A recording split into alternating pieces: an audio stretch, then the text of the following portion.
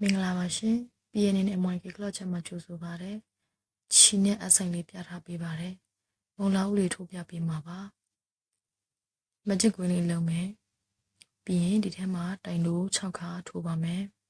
။တိုင်တိုး6ခါထိုးလို့ပြီးသွားတဲ့အခါကျရင် round ကို celeste နဲ့မချိတ်ပါဘူး။ round 2ကိုတန်းသွားပါမယ်။ round 2တိုင်တိုးလေးတိုင်းဆက်လိုက်ပြီးရင်မဂျစ်လေးမှတ်ထားပါမယ်။ပြီးရင်တော့နောက်တစ်ပေါက်မှာတိုင်ပွားလေးထိုးပါမယ်။တစ်ပေါက်မှာတိုင်တိုးနှစ်ချက်ထိုးရပါမယ်။ပြီးရင်တိုင်တိုးလေးပြန်လာမယ်။တိုင်တိုးပြီးတိုင်ပွားပြီးရင်တိုင်တိုးပြီးတော့တိုင်ပွားဆိုရင်သုံးစုံပြီးသွားပြီပေါ့နော်။ပြီးရင် round 3ကိုသွားပါမယ်။ celeste မချက်ရပါဘူးနော်။တိုင်တိုးလေးတစ်ခါထိုးလိုက်တယ်ပြီးရင်မဂျစ်လေးမှတ်လိုက်မယ်။တိုင်တိုး9ခါထိုးရပါမယ်။တစ်ခါထိုးပြီးဆိုတော့နောက်ထပ်10ခါထိုးပါမယ်။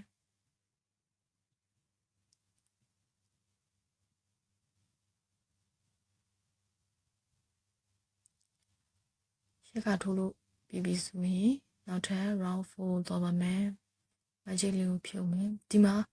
ဒီလိုမျိုးလေးနည်းနည်းလန်ထုတ်လိုက်နော်။ဒီလိုမျိုးလန်ထုတ်တဲ့ခါကျမှထိုးရတာပို့ပြီးအဆင်ပြေမှာပေါ့နော်။ပြီးရင် round 4ကကြတော့တိုင်တိုးနှစ်တိုင်ထိုးပြီးတော့မဂျစ်မှတ်လိုက်တယ်။ပြီးမှတိုင်ပွားလာပါမယ်။ပြီးရင်တိုင်တိုးနဲ့တိုင်ပြန်ဆိုင်မယ်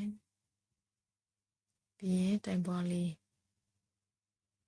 နှစ်စုံဖြစ်သွားပြီနော်။တိုင်တိုးတိုင်ပွားဆိုရင်3စုံပြပါပြီ။ဆို round 4လေးပြီးပြီ round 5ကိုသွားမယ်မဂျစ်ကိုပြုတ် round 5ကိုစတိုင်တိုးနဲ့တိုင်ထိုးလိုက်တယ်ပြီးမှပထမဆုံးတိုင်မှာမဂျစ်လေးမှတ်လိုက်တာနော်3 4 5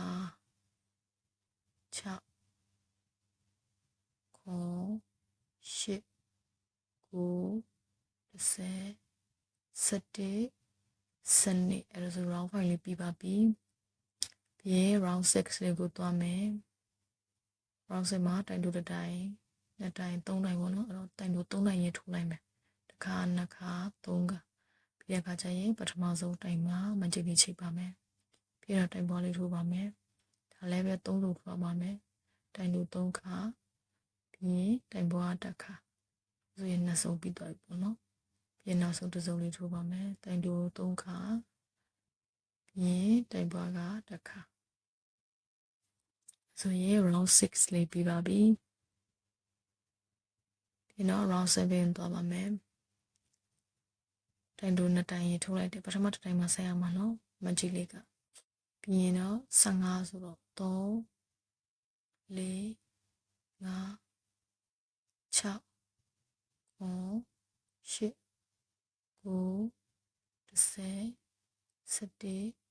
11 12 13 14 15ဆိုရင် round 7လေးပြီးပြီနောက် round 7ဖို့အတွက်မဂျစ်လေးဖြုံမယ် round 8မှာတိုင်တိုးလေးကပြီးတဲ့ခါပါဆိုတော့တိုင်တိုးနှစ်ခါရေးထိုးလိုက်တယ်ပထမတစ်ပေါက်မှာမဂျစ်လေးမှတ်မယ်နှစ်တိုင်ပြီးသွားပြီဆိုတော့3တိုင်4ပြီးတိုင်ပွားလေးလာပြီနော်တိုင်ပွားပြီးတဲ့ခါကျမှနောက်ထပ်တိုင်တိုးလေးတိုင်ပြီးရင်တိုင်ပွားလေးလာမှာပေါ့နော်ဒီလိုမျိုးကြီး3စုံထိုးပါမယ်ကဲနောက်ဆုံးတိုင်ပွားလေးရောက်ပြီဆိုရင် round 8လေးပြီးပြီပေါ့နော်ပြီးရင် round 9လေးကိုသွားပါမယ် round 9ကကြတော့တိုင်တိုး18ခါပါနှစ်ခါထိုးလို့ပြီးပါပြီမဂျစ်လေးပြန်မှတ်ထားမယ်နော်3က4 5 6 9 10 10ပြီးရင်အဲ့ဒီချီလေးကိုအထက်သိမ်းလိုက်တာနော်ရှုံနေလို့12 13 14 15 16 19 18အဆိုရင် round 9လေးပြီးပြီပေါ့နော် round 9ပြီးပြီဆိုရင် round 10ကိုသွားမယ် round 10ကကြတော့ XA ဆိုတော့တိုင်တိုးတိုင်းဆိုင်မယ် A ကကြတော့ရှေ့က FLO ကိုပဲယူပြီးတော့တိုင်တိုးလေးလိုက်တာပေါ့နော်ဒါ invisible degree လို့ပြောရမှာပေါ့နော်တိုင်လေးတိုင်ဆက်လိုက်တဲ့မှာကြည့်ရဒီမှာရှိတယ်လို့ပဲယူတယ်တလားစီဝင်ပြီးတဲ့ခါကျမှချီကိုကောက်တာနော်တလားစီပြီးမှချီကိုကောက်တိုင်လို့တက်ကလက်တိုင်ရတက်လက်ပေါ့နော်ဒီလိုမျိုးဘယ်နှခါထိုးရမလဲဆိုတော့6ခါပေါ့နော်ဆို6စုထိုးရမှာပေါ့နော်ဆိုရင်ဒီမှာနောက်ဆုံးပေါ့နော်ပြီးရင် round 11ရောက်ပြီပေါ့11မှာကကျတော့တိုင်လို့ကြီး6ခါထိုးရပါမယ်နှစ်ခါပြီးသွားပြီနော်ပထမတစ်ပေါက်မှာမလိုက်တာနှစ်ခါပြီးပြီဆိုတော့နောက်ထပ်4ခါကျက်မယ် invisible degree ပဲသုံးထားပါရဲ့နော်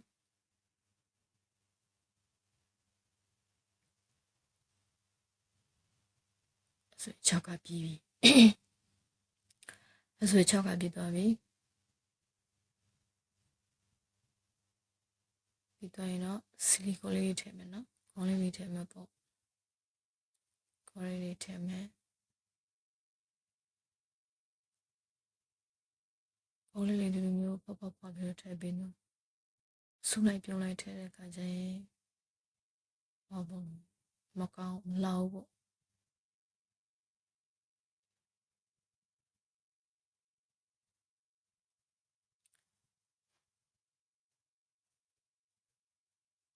တချင်းတန်ထတာ copyright မိနေလို့အားကြောင့်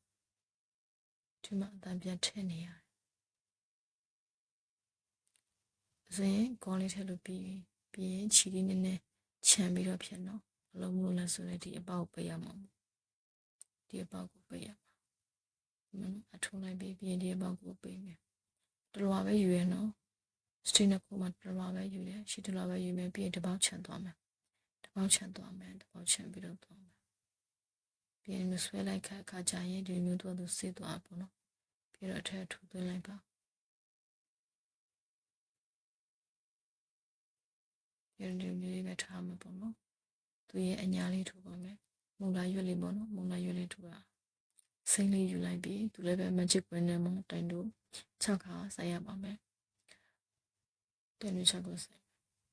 ပြီးရင်သူ့မှာလည်းပဲ slash ဒီမချေဘူးပေါ့နော်ဒီ cube မျိုးပဲသွားမှာ cube လို့ပဲသွားဆိုရင်သူကကြတော့1ကနေပြီးတော့4ထိပေါ့နော် round က4ခုရှိမယ်တစ်ပေါက်ကိုတိုင်စီနဲ့6ခါတိုင်တို့6ခါလေးကြီးပဲသွားမယ်အဲ့တော့ round 2 round 3လောက်ထိုးပြီးရင်နည်းနည်းလေးအပြင်ပြန်လာထုတ်လိုက်ပါတော့သူပြောင်းပြပုံစံတော့ဖြစ်နေတယ်အဲဆိုတော့သူနည်းနည်းလမ်းထုတ်လိုက်မချင်လေးလည်းပဲမှန်ပေါ့နော်မမှန်ယုံသွားလိမ့်မယ်ဘာဖြစ်လို့လဲဆို slash တိချိတ်ထားပြီးတော့ချိတ်1တစ်ထားတဲ့ပုံစံမတွေ့ရအောင်ပေါ့အကုန်လုံးတိုင်လို့လူကြီးပဲဆိုတော့ပလဲရိုက်ပြီးတော့ဘယ်နဲ့တမ်းမှမသိဘူးဖြစ်သွားဘူးအားကြောင့်သူက magic လေးသုံးမှအဆင်ပြေတယ်ဒီမှာဆို round 1ကနေပြီးတော့4ထိအကုန်ထိုးပြထားတယ်နော်ပြီးတော့ဒီဟာမျိုးလေးက2ခုထိုးအောင်ပါဒီ round 1နေပြီးတော့ round 4ထိတိုင်လူ6ခါက2ခုထိုးအောင်အသေးလေး2ခုအကြီးလေးက1ခုပေါ့ဒီအသေးလေးက1ခုတော့ပြီးသွားပြီပြီးရင်ဒီမှာကကျတော့ main က silicone ထည့်မထည့်ဖြစ်ဘူးပေါ့နော် silicone ထည့်လိုက်ရင်ပိုလို့အဆင်ပြေပိုဖောင်းတာပေါ့ဒီဘက်မှာတိတ်မဖောင်း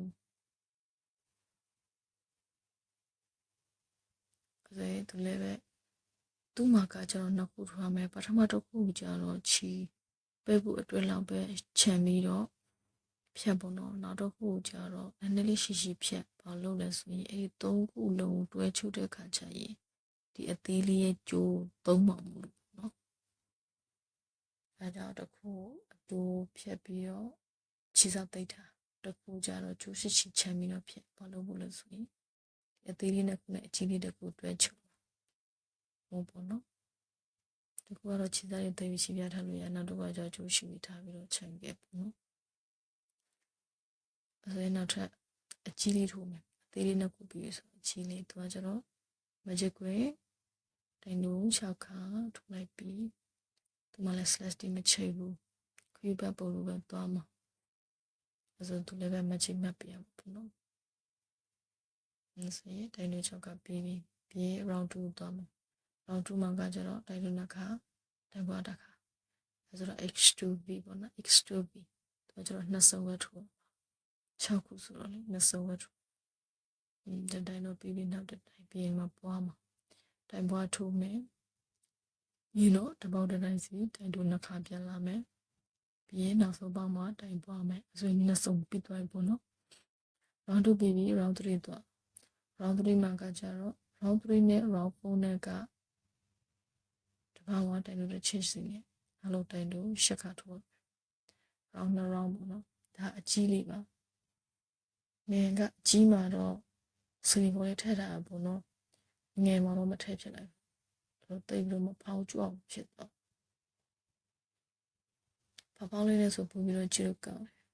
ဒီမုံလာရွက်လေးပြလေအစနောက်ဆုံး round 4 ထိုးနော်ဒီမှာနောက်ဆုံး round 4 2 3 4 5 6 7 8အမဒီကျိုးလေးချုပ်နေလို့လားထိုးတယ်နေကျိုးလေးရှုပ်နေပြီးရင်တော့ round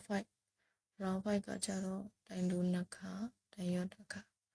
တိုင်ရောတော့ထုံးစက်တယ်ပေါ့နော် inversible degree ကိုပဲသုံးပါဆိုရင်ဒီလိုပဲယူမယ်ပြီးရင်ချီကောက်ပြီးတော့တိုင်တို့လိုမျိုးပြန်ထိုးလိုက်တာပေါ့နော်တိုင်တို့ကနှစ်ခါတိုင်ရောကတစ်ခါအလုံးစုံထိုးလိုက်ဆိုရင် round 5ပြီးပြီဆိုရင်ဆီလီကိုထည့်မယ်ချီစားတက်မယ်ချီစားတက်ဖို့အတွက်နည်းနည်းလေးချိုးရတော့ရှိထားတာပေါ့နော်ဆီလီကိုထည့်လိုက်ပြီးရင်ချီစားလေးတက်မယ်ချီစားလေးတက်တဲ့အခါကျရင်တော့တပေါက်ကျော်ပေါ့နော်ရှိတလောပဲယူတယ်တပေါက်ကျော်တယ်ပြီးရင်ဆွဲစီလိုက်တော့သူစီသွားရအောင်ပြီးရင်ထူထည့်လိုက်တော့ပေါ့နော်ချီသိမ်းတာပေါ့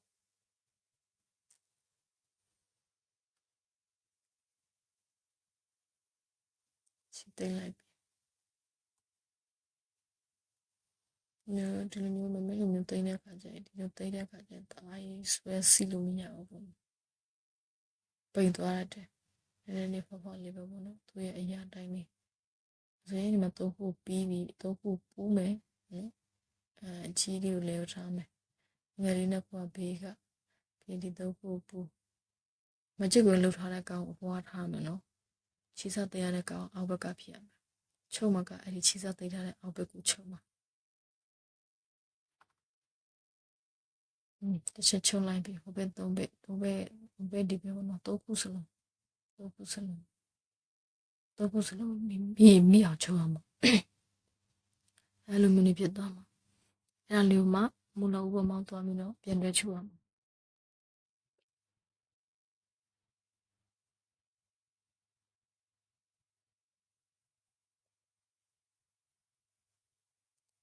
မှာကျတော့ခြေစားကိုဘာလုပ်လိုက်ပြီးလဲဆိုသိမ်းလိုက်ပေါ့နော်ခြေစားသိမ်းနေခြေစားသိမ်းလိုက်ပြီးတဲ့အခါကျတော့မူလဥပမာသွားတွဲချုပ်မယ်မူလဥပချီနေပေါ့နော်